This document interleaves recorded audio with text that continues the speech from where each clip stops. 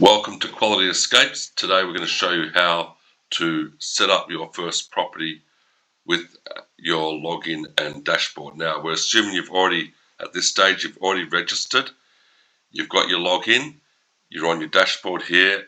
We've already got a couple of properties set up on this one, but we'll start with the new one. We'll do a mock-up property and you can follow me through that mock-up property and see how it operates.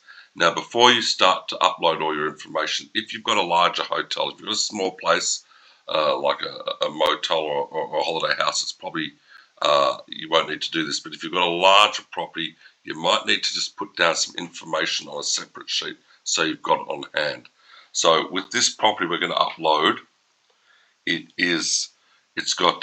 need the different styles of rooms. So we've got 4 styles of rooms: standard, deluxe, executive, and penthouse. And we have 8 standard rooms available, 6 deluxe rooms, 3 executive rooms available, and 1 penthouse. And then we also have the numbers. So these are the room numbers that you would see on the doors of that. That's very useful to have before you start. It'll make things a lot quicker for you. You won't have to be going backwards and forwards to check. The other thing we've already written, and let's be honest, we've helped with ChatGTP, a quick précis on the description of each of the different types of rooms. So we use those as we're going through setting up the hotel. The other thing you might like to make sure you've got in advance is a bunch of photographs. So you want some photographs you can upload to the website, some photos of the hotel, some photos of the rooms, and let's get going.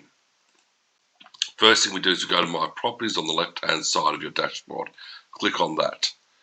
You'll see that in this particular scenario, we've already got 3 properties. If you take a closer look, you'll see that these 2 have a green tick, but the property Sandy's Cabin does not. That means it's pending, it hasn't been approved by the admin yet, whereas these 2 properties have gone through. Robert's Home is like a holiday house, maybe sort of like a B&B, but not so much a bed and breakfast, but just a holiday house or a standalone property. Like if you might own one apartment or something and you're renting that out. So there's a few different things with that than there is with a larger place that has multiple rooms. Dallas Hotel has multiple rooms, and just like what we're going to do today with the Abbey, multiple rooms, multiple pricing. Let's get moving. So what we'll do is we'll add a new property up here on the right here. Click on Add New Property. It's very straightforward. One of the things I'm really happy about with Quality Escapes, and I think you're going to love it too, is it's quite simple and easy to add properties, because I've worked on pretty much most of the major websites in loading and unloading properties and making changes, and some of them, to be perfectly honest, have become so complicated it's difficult to dig your way through. Basic details. So we're working on the Abbey Hotel today. Let's get moving. The Abbey Hotel. Let's use a capital H. The property type. Now, if you have a single house or a single apartment and you're renting that, you would choose vacation home. So that means it doesn't measure by the number of rooms inside it. It just rents the whole lot as a single unit. But the other ones, hotels, resorts, and all the others, they will separate, let's say, rooms from the property. So this is a hotel. We're going to go hotels. We're going to say that this one has a self-rating. We're going to call it a 5-star hotel. But it's not a star. This is a self-rated. So the difference is if you are in Australia and you have got the official AAA star rating, you would go official star rating. But if you haven't and you're giving it what you believe your property to be, you will tick the self-star rating. So that differentiates the difference. We're going to go with the property location. So I'm just going to use a random address.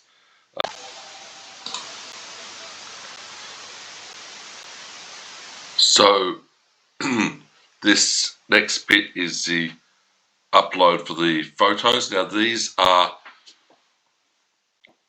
images of the hotel, not specifically the rooms, but the hotel itself. So you probably do the foyer, the swimming pool, function rooms, concierge, all that type of stuff, basically the infrastructure that surrounds the hotel. So I'm going to click in and pull up some photos. You probably won't see me do this on the video, but here we go.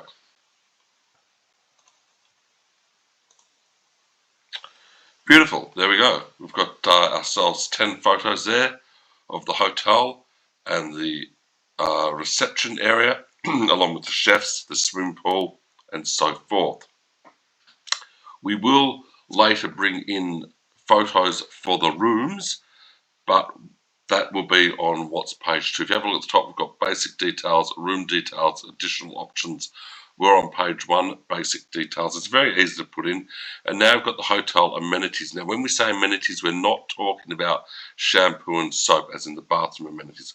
What we're talking about with this hotel amenities button is the main items in the hotel. So things like concierge service, 24-hour front desk, tour desk, baggage, air conditioning for the foyer and lobby, all those types of the larger items. Later, we'll get to the individual rooms. So here we go. We've got valet parking and self-parking. We do have a swimming pool with some outdoor furniture.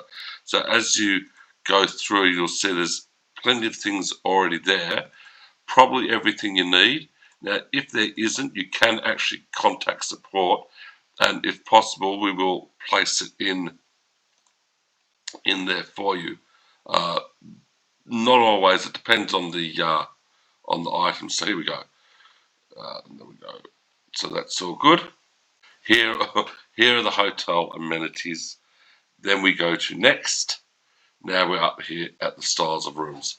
So you'll see I said earlier that it's a good idea to have the sheets. So we've got standard rooms, deluxe rooms, executive rooms, and the penthouse. Now, generally, I think it's easier if you start with the cheapest rooms first. You need to know the room name, which is for us as standard rooms, the quantity, and the room numbers. Now, I'm going to let you in on a little secret here. When you put in the rooms in for your hotel, you can put in every room into the hotel on this website. Let's say you've got, I don't know, 45 rooms. You can put all 45 in. However, I have found from experience, sometimes it's good not to put all the rooms in.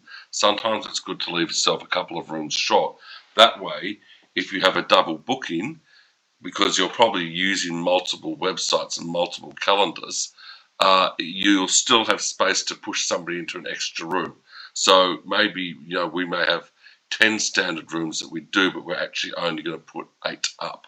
And the other reason you keep 2 spare rooms, if you've got a walk-in from the front desk, somebody comes in unexpected, or perhaps if a room is out of service, maybe something broke, there was a plumbing problem or electrical fault to the room, and you had to shut it off.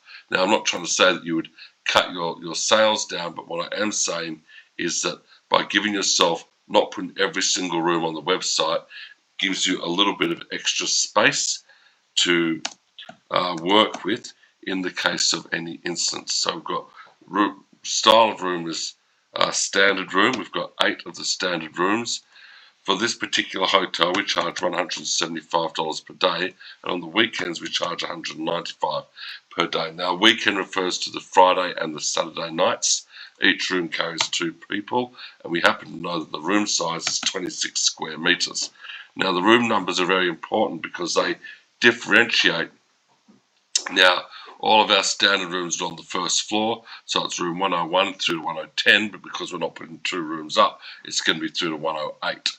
Okay, and those last 2 rooms, as I said, might be for walk-ins or service, or if we accidentally get a double booking from a different website, one of the other booking style hotel sites. So we'll go 101, enter, 102, enter 103, enter 104, enter 105, enter 106, enter 107, enter 108. So there's our 8 standard rooms.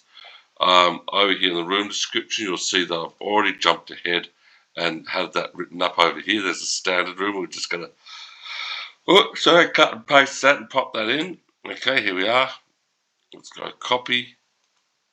Okay, and then we'll just jump straight back into here. Room description, and right, we're done. Well pointed. And L2. Okay. Room amenities. This is, now we've got room amenities. This is when we're talking about the specific guest room and what goes in the guest room. You know, whether you've got the hairdryer, whether it's a private bathroom. Some of the budget hotels use shared or communal bathrooms. Do you have a smart TV, a regular TV, a bathtub, a shower, blah blah blah? To get bottled water.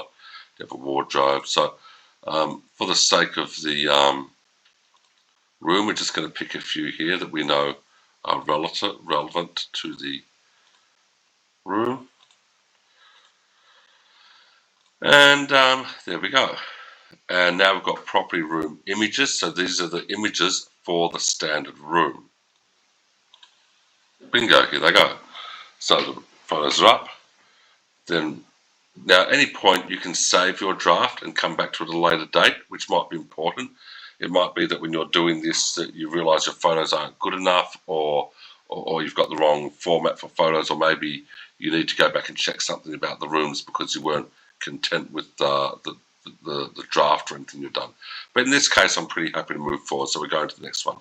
Now we're at additional options. So these are things that relate to the room. Some places have a minimum stay, especially some of the smaller holiday properties quite often have a minimum stay of 2 or 3 nights. We're a big hotel, we don't have a minimum stay, so just 1 night is fine. And I mean, 90 nights, I actually have had bookings of 90 nights, but it doesn't happen a lot. Then if you've got a registration certificate or a business registration certificate, if you're an Australian business, then registration of business name and something like, if you're a liquor license, that's useful too. Just so that we know that we're not advertising something that we're not supposed to, because we will be checking the authenticity of the properties that get loaded up. But look, it's not made public. It's just something that we will see. So for the moment, I've just done 2 images. Property room details. Now I'm a little bit. We'll just have a look at this. We'll just put nice snug room.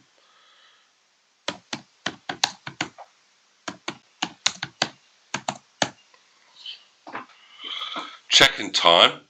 Okay, we have check-in time of 2. This is PM, and then we have a checkout time at our property is 11 AM. Now here's an interesting one. Do you offer breakfast? Now be careful here, because the breakfast is this question here is about an additional charged breakfast. If you happen to offer a complimentary breakfast at no extra charge, in other words, it's included in the room price. Back when we're doing in this previous section, the room detail, you might just want to say in the room description, free breakfast included, and then you'd say no here, because what this does is this adds a charge for the breakfast, an optional charge, so that people can say yes I do or no I don't.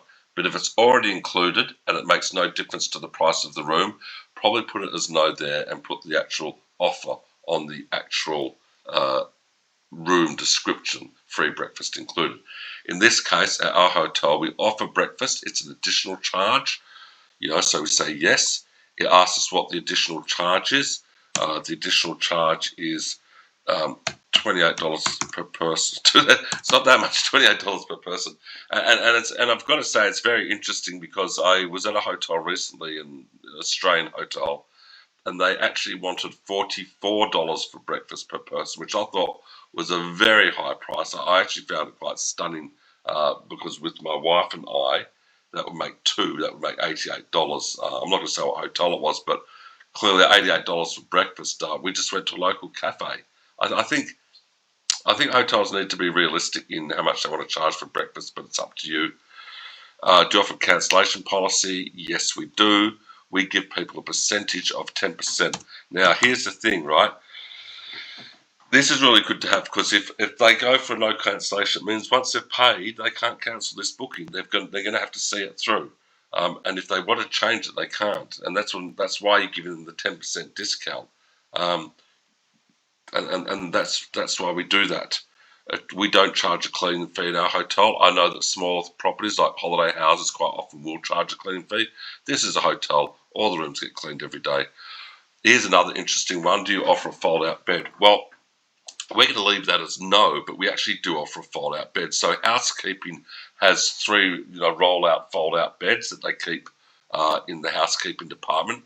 But if people want them, rather than advertise it on the website, people can go to the front desk or reception at our hotel and they can get the bed, you see, and then it'll be taken to the room. So we could put a yes here, but I think it's actually a lot simpler just to leave it off.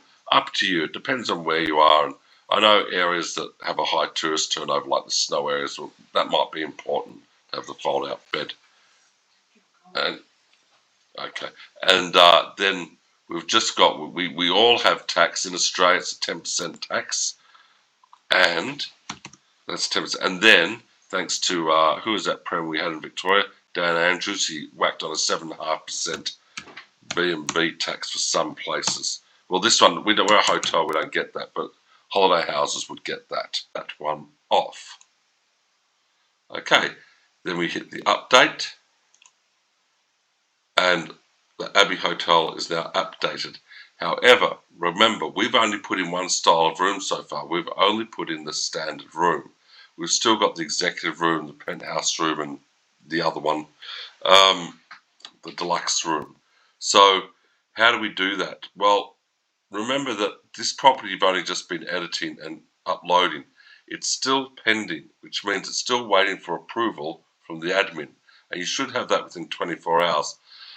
Now, you can still go in to the hotel with the edit button here and go to the second page so that you're on basic. So go next, and here's your standard room, but down here you'll see add more room style.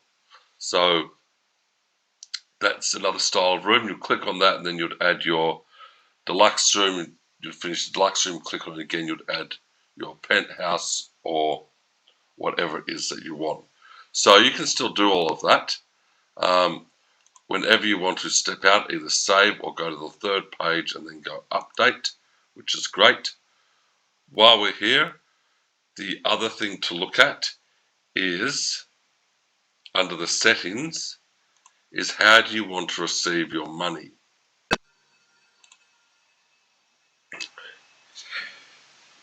Here, under settings, is where you're going to find the type of booking you've got. So let's hit the update and you'll see the different properties. We've got 4 properties and the one we've been working on is Abbey Hotel. Each property has 3 different options for the way that your booking is received. Now, if you don't do this, it will automatically default to automatic. And what that means is that your booking will take place without your prior knowledge at the time that the guest places the booking. So that is an automatic booking. Now, some people, especially those who have smaller properties or have a difficult time maintaining their calendars, might go for what's called a request based. You'll see that's option number 2.